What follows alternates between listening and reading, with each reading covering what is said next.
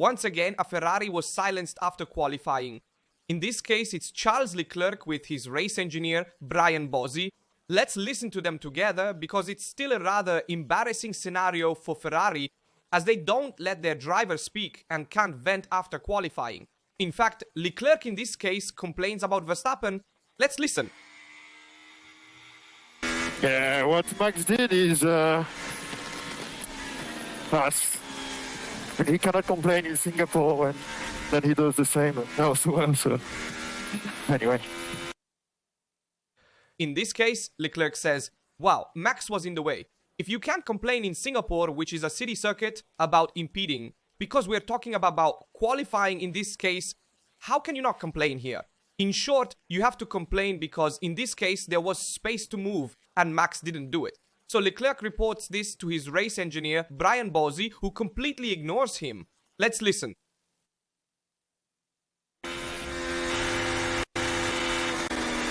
Just finished P3. He reminds Charles that Russell finished in third place in qualifying, so he overtook him, but doesn't consider at all what Leclerc said at this moment. And in fact, he later reminds him to activate the DRS. Let's listen. And that's it.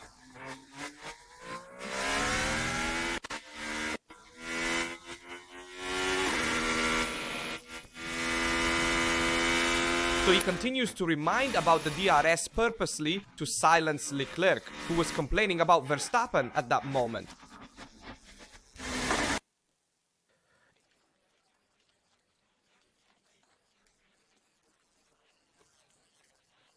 Even Leclerc, irritated, says, yes, don't remind me 10 times.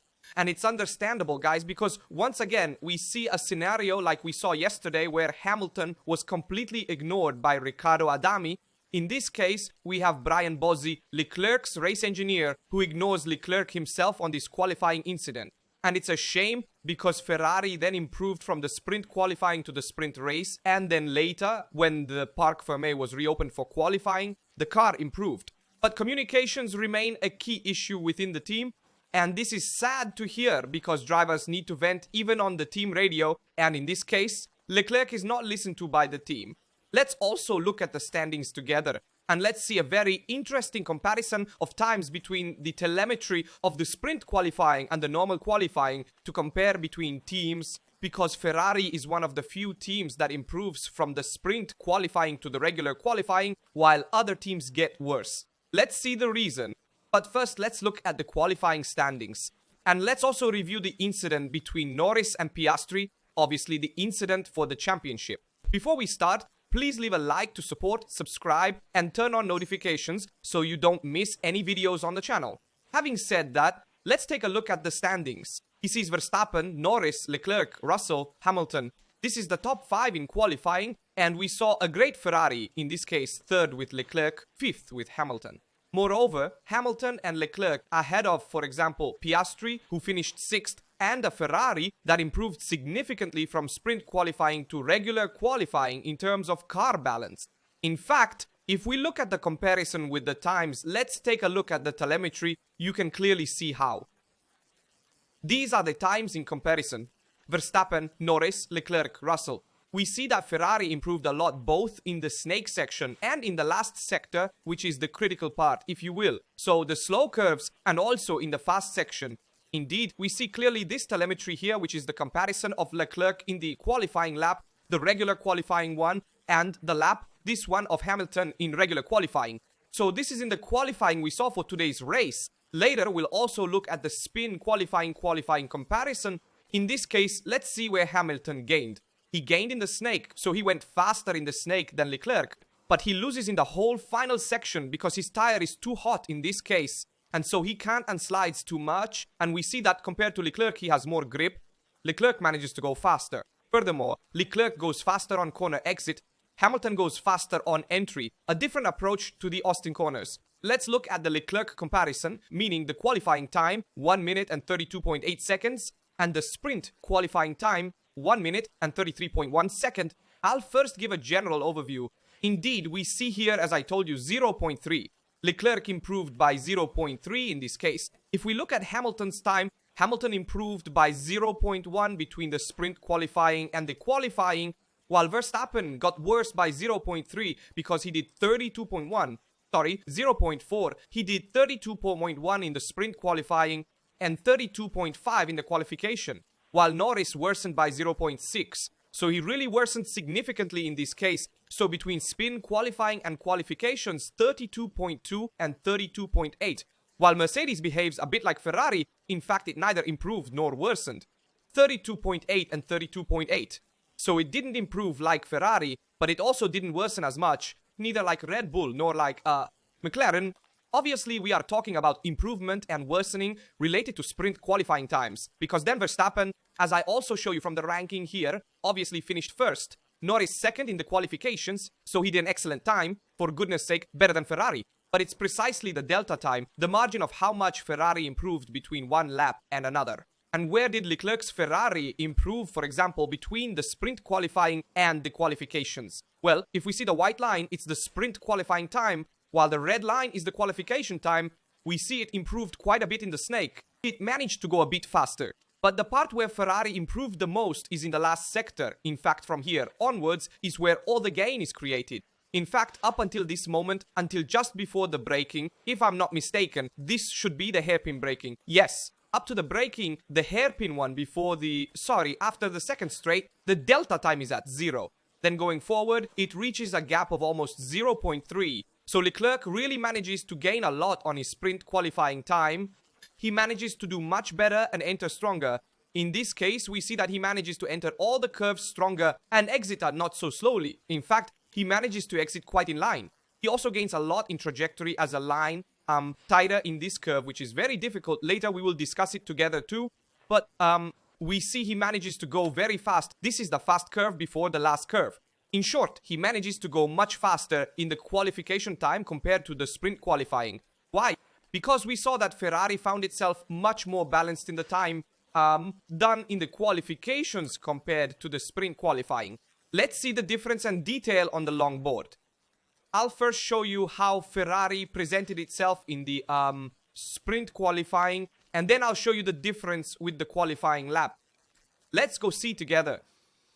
Allora, okay, just a moment while I take the time. This is the time of Leclerc with medium tires in the sprint qualifying.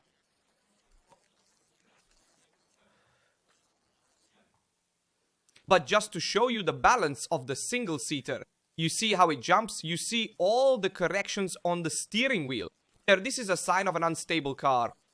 The more vibrations you have, the more bouncing you have in the car, the less you can go fast in terms of speed.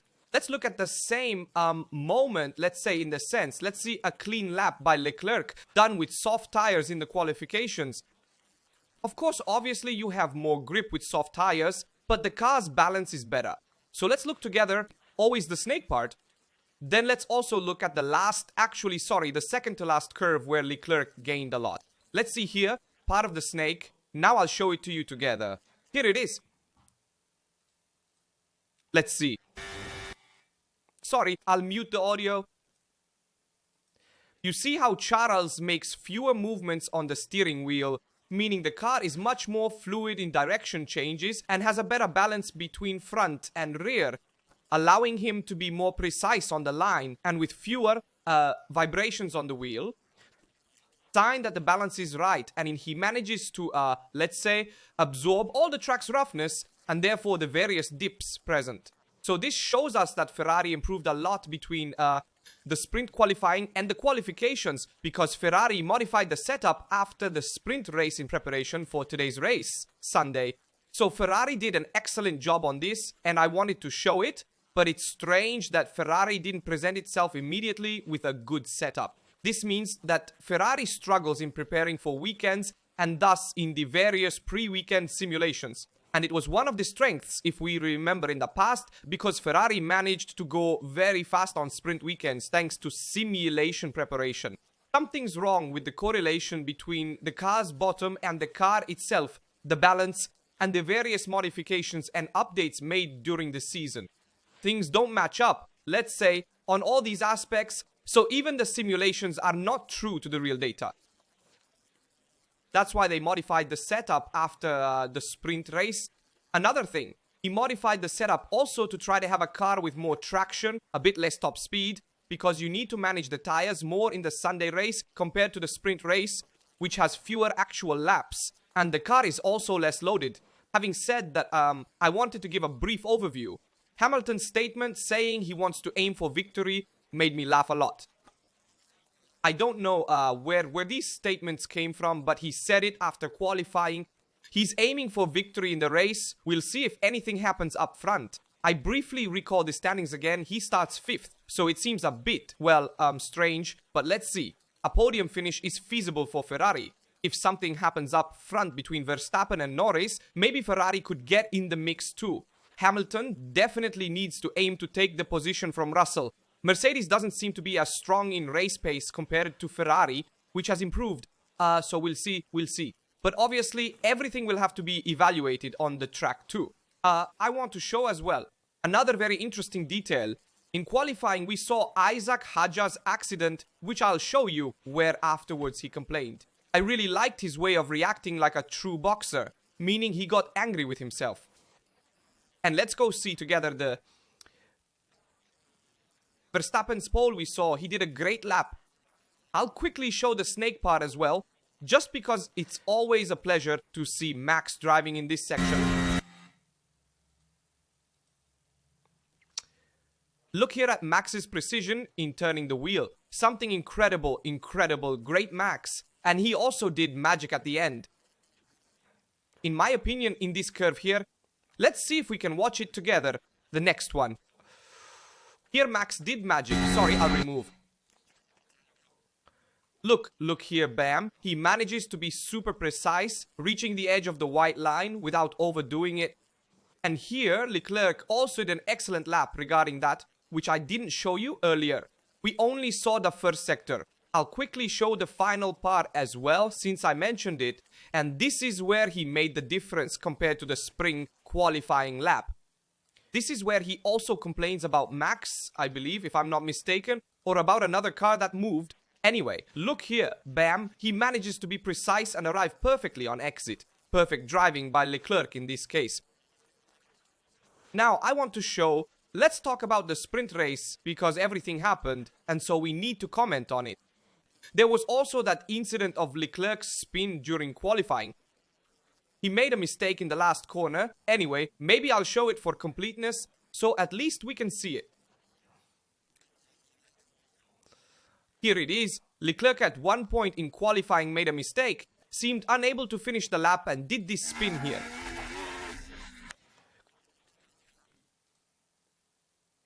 Nothing serious in the sense that he just spun and didn't hit the wall, so nothing actually happened. While what I said earlier about the McLaren quite undrivable in qualifying, we also saw later with Norris who made a few mistakes. Here we see him going over the curb, which is something you just don't do, guys. We've seen with Max that he never hits the curb, yet Norris insists on hitting this curb here. Here it is, once, twice, and the whole rear end breaks away. Basically, you really shouldn't have taken the curb here. Obviously, it's a part of the circuit with many undulations. If you also hit the curb, you destabilize the car, so completely wrong here, Norris. Let's talk now about the sprint race. Finally, the hottest moment we needed to discuss together. So in my opinion, guys, reviewing all the images, all the various onboard shots and angles, the main blame is on us. Sorry, it's on Piastri. The main blame is on Piastri because, in my opinion, he cuts in at a point which is turn 1 in Austin, where you can't afford to cut the line, because obviously you have drivers behind, as Piastri himself said.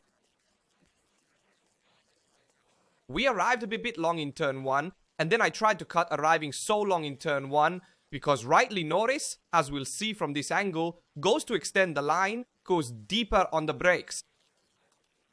If you go that long, if you cut in, obviously there's a driver on the inside, it's obvious. So here was a mistake, in my opinion, a trivial one by Piastri, who then it led to the retirement of both McLarens. We see here.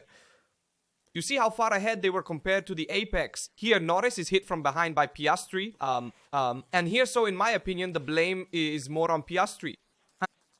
The papaya rules we've seen don't work. You need to let drivers race freely, And in this case, obviously, it was a misjudgment by Piastri.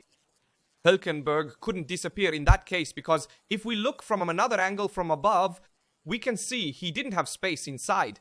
Now let's see if we can rewatch the start. Here we go. Here we have the start from above. We can watch it together and we clearly see that Hülkenberg, look here, had no space. Here the trajectory doesn't extend. You see there's space inside, and so Hülkenberg is trapped between Alonso and Piastri. And here Piastri tries to cut across but made a mistake because he had much more space outside. In this case, Piastri compared to Hülkenberg, who couldn't go anywhere.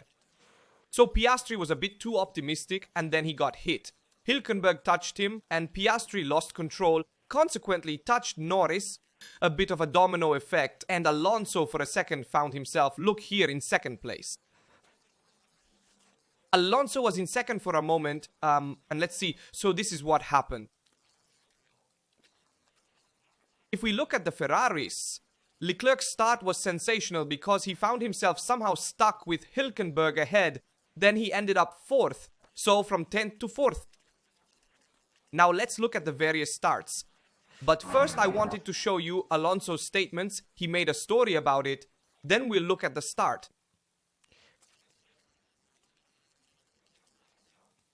This is what I was saying about Alonso earlier, who for a moment found himself inside here when there was chaos in turn 1. Obviously from the sprint race, and Alonso found himself inside there. Having said that, let me also show you Fernando's statements he made on stories. Let's see if I can find them, otherwise we can move on. Let's move on to the analysis of Leclerc's start, which I'd say is equally important. Leclerc made a sensational start. Here it is, we have it. This is Leclerc's start. Let's move on. He manages, and so he goes totally inside, which then becomes outside, and he manages to have greater speed in this case, and also passes Alonso, who exited very slowly. He manages to get ahead. Look, Leclerc did magic in this case. A sensational start, sensational from 10th to 4th. Really a great start. Having said that, here they are, Alonso's statements I mentioned earlier. This is the story I published. This level of luck, the luck meter of this year, we are recovering for next year, for 2026. Yes, in fact, Alonso also had a fairly difficult situation there because he couldn't do anything. He couldn't go outside or inside because he was already too inside. So this is a bit of the story Alonso made talking about the sprint race. Having said that, I think it was a rather simple mistake by Piastri because you have to expect someone to get inside. In that case, he can't cut across the trajectory. It reminded me of Sainz, who did the same thing cutting across the trajectory in turn 1. Obviously then these remain race incidents and you shouldn't penalize anyone in this case. Neither Hülkenberg nor Piastri. I mean, there's no one to penalize. But you know you've gone a bit wide in turn 1. You don't cut across. Instead, you go wide and try to overtake on the outside. At worst, you give up a position. In short, you have various strategies to avoid contact and try to overtake the opponent in front. And this is where Piastri went wrong. Norris also defended him a bit too much. Piastri was hit from behind, so it's not Piastri's fault either, said Norris. But in my opinion, guys, if you're competing for the championship, you need to be a bit more cynical. Norris seems a bit too nice right now. Having said that, Max took advantage, then won the sprint race, and now has 281 points. And then instead, Norris has 314 points, and Piastri has 336. Let's also look at the standings together. Here they are, in order. Piastri 336 points, Norris 314, and Verstappen 281. So these are the top 3 of the championship. We'll see how they'll compete in the race too. I'll also show the qualifying standings again, because obviously being mentioned in the sprint race, the qualifications, which the sprint qualifying, the normal qualifications were always a bit of a mess. Anyway, this is the starting grid for the race, and I hope Ferrari can do well, because in my opinion, they have the means to do well. It has improved a lot, as we've seen earlier in terms of balance, and therefore I hope it can do very well. I'll summarize turn 1 in Austin for you. Be careful, it's always a mess at turn 1 in Austin, so it will be like that for the start, obviously, of the normal race too. So be careful to avoid incidents, messes, that's a bit of what could happen. We'll see. I'm curious. We also saw this attack by Russell in the sprint race. Let me show you quickly where he changes direction at the last moment. But he's smart because he changes it early. You see that when he reaches the... Many have compared it to the episodes with Norris and Verstappen, and they are two different things. Obviously, in this case, Verstappen is defending. Both went off track. So it makes sense that Verstappen regained the position in front. So it's not like Verstappen overtook Russell on the outside. Verstappen defended and regained the position because Russell went off the track limits and therefore can't take the position. And so I consider it a normal race incident. Russell tried well, Max did well to defend like this. So nothing special. That said, guys, tell me your predictions for the race in the comments. Come on, I want to take a risk this time, and I think Verstappen will win, second Norris, and third Leclerc. I think they'll stay like this. But Piastri could also come third. It depends a lot on his start, his pace. But the top three might stay in that order.